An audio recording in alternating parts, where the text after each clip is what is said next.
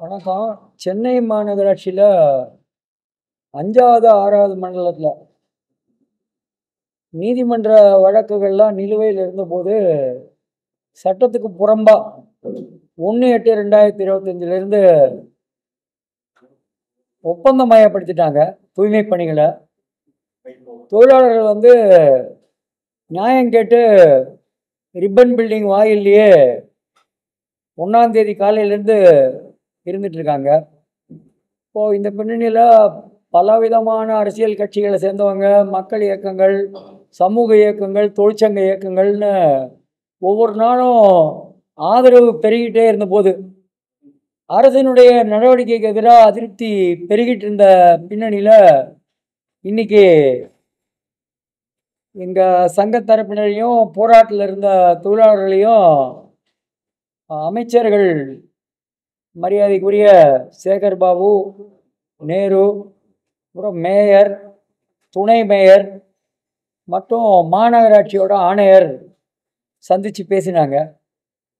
சந்தித்து பேசும்போது அவங்க நீங்கள் ஒப்பந்த மையத்தை ஏற்றுக்கிட்டு போகலாமே அப்படின்னு சொல்லி கேட்டாங்க. எங்கள் தரப்புலேருந்து ஒப்பந்த மையத்தை ஏற்றுட்டு போகிறதுன்றதுக்கு சாத்தியம் இல்லை. மாநகராட்சி சட்டத்துப்படி நடக்கணும்னு தான் நாங்கள் கேட்குறோம். தொழில் தீர்ப்பாயத்தோட விசாரணைக்கு ஒப்பந்த மையம் சரியான்ற கேள்வி, பணி நிரந்தரம் நியாயமான்ற கேள்வியெல்லாம் அனுப்பப்பட்டிருக்கும் போது தொழில் தீர்ப்பாயத்தோட எழுத்துப்பூர்வமான அனுமதி பெறாமல் அவங்க ஒப்பந்த மையம் பண்ணது இவ்வளோ 1953 தொழிலாளிக்கு மாநகராட்சி வேலை மறுத்தது சட்டத்தை மீறிய செயல், அது தண்டனைக்குரிய குற்றம்.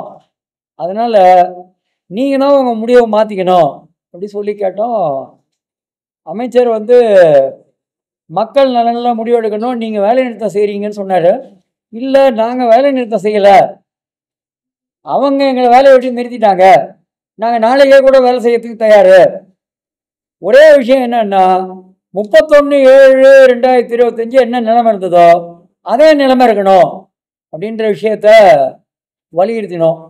அதுக்கு பிறகு ரெண்டு தரப்பாருக்கு இடையில் நான் அதை எப்படி சொல்லுவேன்னு சொன்னால், பேச்சுவார்த்தை முறியவும் இல்லை, முடியவும் இல்லை. இப்போ இவ்வளவு நாள் பேசாதவங்க இப்போ பேச ஆரம்பிச்சிருக்காங்கன்றது ஒரு நல்ல துவக்கம்.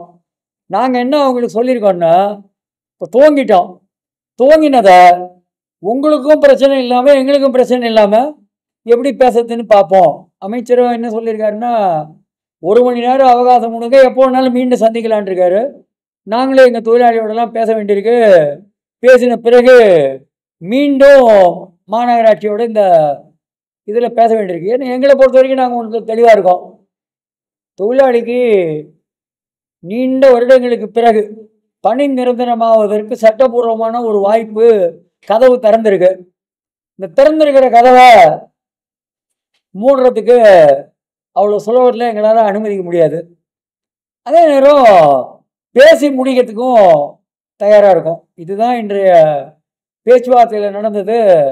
இதை ஒட்டி தான் அடுத்தடுத்த நடவடிக்கைகளை எடுக்கலான் இருக்கோம். நீங்கள் இதுதான் இன்றைக்கி உங்கள்கிட்ட சொல்லான் இருந்தோம். காலையில் உங்களை சந்திக்கலான்னு நாங்கள் நினச்ச போது இந்த டெவலப்மெண்ட் இல்லை, அமைச்சர்கள் பேசுவாங்கன்ற டெவலப்மெண்ட் இல்லை.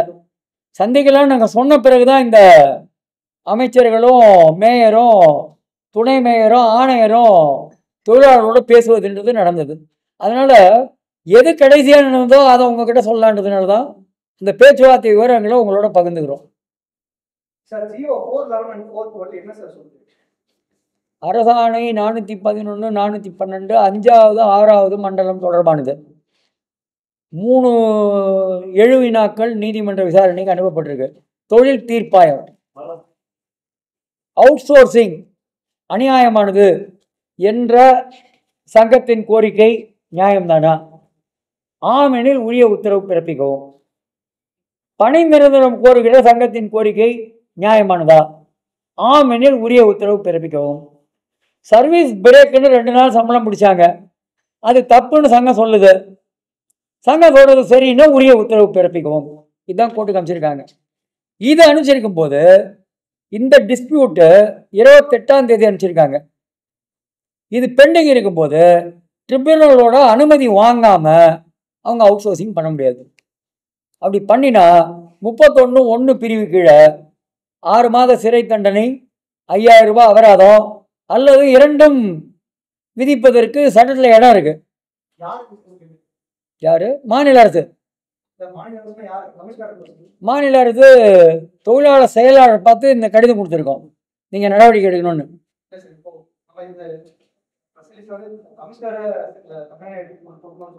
நிச்சயமா அது மாநகராட்சி யார் பிரதிநிதித்துவப்படுத்துறாங்களோ அவங்க தான் இதுக்கு பதில் சொல்லணும். மீறினது இல்லை, கமிஷனர் ஜெயிலுக்கு போகணுன்றது எங்களோட விருப்பம் இல்லை. கமிஷனர் இந்த விஷயத்த சந்திக்காமல் இருக்கிறது நல்லதுன்னு ஆலோசனை சொல்கிறோம். எதுக்கு இந்த வம்ப விலைக்கு வாங்குறீங்கன்றோம். இப்போ ஸ்டேட் உங்களுக்கு தான் டைம் கொடுக்குது, நீங்கள் அதில் இன்னொன்று பார்த்துக்கோங்க. அவங்க எங்களுக்கு டைம் கொடுத்துருக்காங்க மட்டும் இல்லை, நாங்களும் அவங்களுக்கு டைம் கொடுத்துருக்கோம் யோசிங்கன்னு. எப்பவுமே அதான் அரசாங்கத்துக்கு கொள்கை முடிவெடுக்கிறதுக்கு உரிமை இருக்குன்னா, எளிய தொழிலாளர்களுக்கு, அருந்ததியர், ஆதி திராவிடர், அனைத்து சாதி ஏழைகள், பெண்களுக்கும் கொள்கை முடிவெடுக்கிறதுக்கு உரிமை இருக்குன்னு நாங்கள் நம்புகிறோம். அப்போ அவங்க முடிவெடுக்கலாம், நாங்களும் முடிவெடுக்கலாம். 2 பேருமே யோசிக்கலாம், 2 பேருமே 2 பேருக்கும் பாதிப்பு இல்லாமல் ஒரு தீர்வு காணலாம். இதுதான் எங்களுடைய ஆலோசனைன்னு வைங்க. இப்போ உங்களோட ஊடக நண்பர்களுடைய கவனத்துக்காக அவங்க சொல்கிறேன், எங்களுக்கு மக்கள் நலனில் அக்கறை இருக்குது. அதனால் நாங்கள் அமைச்சருக்கு, பேச்சுவார்த்தை நடத்தின மேயருக்கு, எல்லாருக்குமே இந்த சந்திப்பின் மூலமாக ஒரு தகவலை சொல்கிறோம், ஒரு முன்வைப்பு சொல்கிறோம். ஜனங்க துன்பப்படக்கூடாது. குப்பை சேருது, எங்கள் சங்கத்திலேருந்து முடிவெடுத்து வழக்கு உரிமைகளுக்கெல்லாம் பாதகம் இல்லாமல், வழக்கில் என்ன வருதுன்ற உரிமைகளுக்கெல்லாம் பாதகம் இல்லாமல் வெள்ளிக்கிழமை ஒரு 500 பேர், சனிக்கிழமை ஒரு 500 பேர் 5வது மண்டலத்துக்கும் 6வது மண்டலத்துக்கும் அனுப்பிச்சு நாங்கள் பொதுமக்கள் நலன் கருதி எங்கள் 2 பேருக்கு இடையிலான தாவா தாண்டி குப்பையை அகற்றுவதற்கு அனுப்புவதற்கு நாங்கள் தயாராக இருக்கோம். நாங்கள் இந்த நல்லெண்ண நடவடிக்கையை மக்கள் நலன் கருதி செய்கிறோம். அரசாங்கம் என்ன செய்ய போகுது, கமிஷனர் என்ன செய்ய போகிறாங்கன்றது அவங்க முடிவெடுக்கட்டும். ஆங்கிலத்தில் சொல்லணும்னா இந்த ball is in there court. இப்போ நாங்கள் ஒரு காய் நகர்த்திருக்கோம், அவங்க என்ன பதில் காய் நகர்த்துறாங்கன்றதை தெரிஞ்சுக்க விரும்புகிறோம். மீண்டும் பேசுறதுக்கு நாங்கள் ரெடி ஒரு பக்கம். ஆனால் அதெல்லாம் தாண்டி ஜனங்க நலன் கருதி முதல்ல எங்கள் தரப்புலேருந்து ஒரு அடையாள நடவடிக்கை இருக்கணுன்றதுனால வெள்ளிக்கிழமை, சனிக்கிழமை எங்களுக்கு நீங்கள் அதுக்கு காசே கொடுக்கலனாலும் பரவாயில்ல, சம்பளமே தரணுன்னாலும் பரவாயில்ல, 500 பேர் 5வது மண்டலத்துக்கு 6வது மண்டலத்துக்கு சனிக்கிழமையும் வெள்ளிக்கிழமையும் போவாங்க, போய் குப்பை எழுவாங்க. இதையாவது அரசாங்கம் முன் ஏற்றுக்கணும். நீ காசே தரலன்னாலும் பரவாயில்லன்ற, நீ எங்களுக்கு 1 ரூபாய் தர வேணாம், நாங்கள் நகர மக்கள் நலன் கருதி, பொது சுகாதார கருதி இதை செய்வதற்கு தயாராக இருக்கும். உடன்பாடு ஏற்படாம கைது நடவடிக்கை விஷயம் என்னன்னா, மானமும் அறிவும் மனிதர் கழகுன்னு பெரியார் சொன்னார். இப்போ எங்களுக்கு தன்மானம் இருக்குது, எங்களுக்கு பகுத்தறிவு இருக்குது. எங்கள் தன்மானத்துக்கு பகுத்தறிவுக்கு சவால் விடுற எது வந்தாலும் அதை அந்த விதத்தில் சந்திப்போம். அதிமுக 11 மண்டலத்துல தனியார் பண்றாங்க, நாங்க 2 மண்டலங்கள் பண்றோம் அப்படின்னு சொல்லி சேகர்பாபு பேசுறாங்க. ரொம்ப ரொம்ப நல்ல முக்கியமான விஷயங்க அது. என்னன்னா, அதிமுக செஞ்சாலும் தப்பு, திமுக செஞ்சாலும் தப்பு.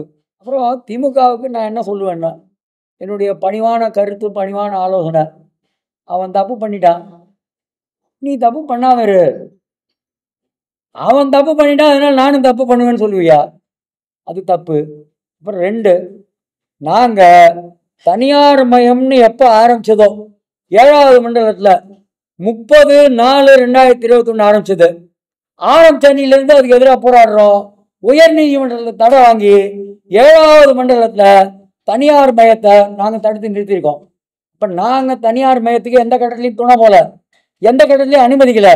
என்னைக்கு வந்ததோ அன்னிலிருந்து எங்கள் சங்கம் என்னைக்கு மாநகராட்சி தூய்மை பணியாளர் மத்தியில் செயல்பட ஆரம்பித்தோமோ அன்னிலிருந்து அதை நாங்கள் எழுத்துட்டு இருக்கிறோம். அதனால் இந்த கேள்விக்கு அதிமுக செஞ்ச விஷயங்களுக்கு நாங்கள் பதில் சொல்றதுக்கு இல்லை. யார் செஞ்சாலும் தப்பு தப்பு தான்.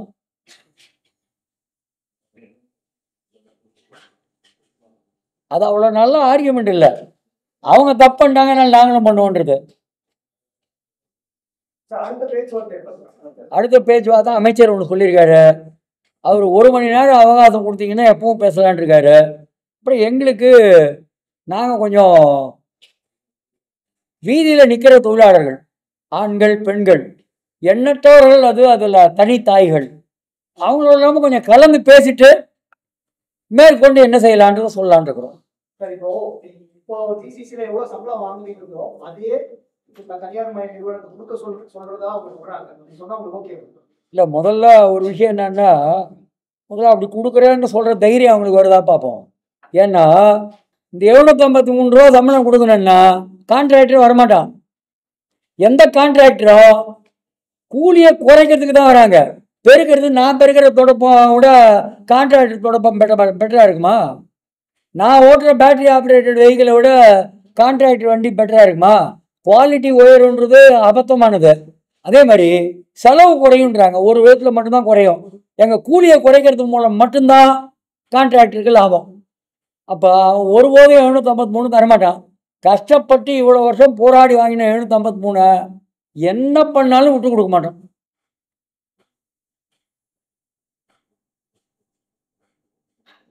இதெல்லாம் தாண்டி நாங்கள் அமைதியும் சமாதானத்தையுமே விரும்புகிறோம்.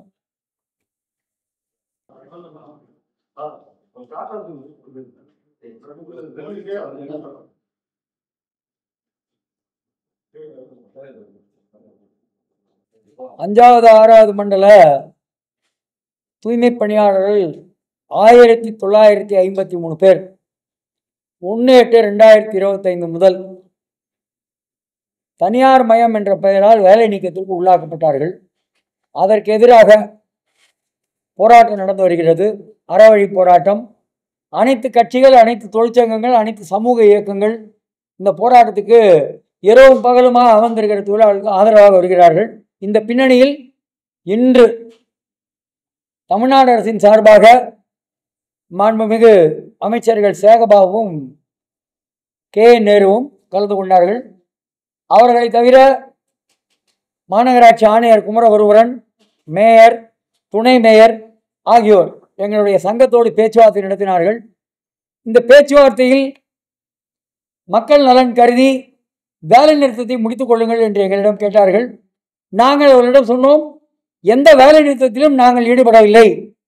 எங்களை வேலையிலிருந்து நிறுத்தி இருக்கிறார்கள், எங்களுக்கு வேலை தர சொல்லுங்கள் என்று நாங்கள் தெரிவித்திருக்கிறோம். இந்த பேச்சுவார்த்தைகள் தொடர்கின்றன.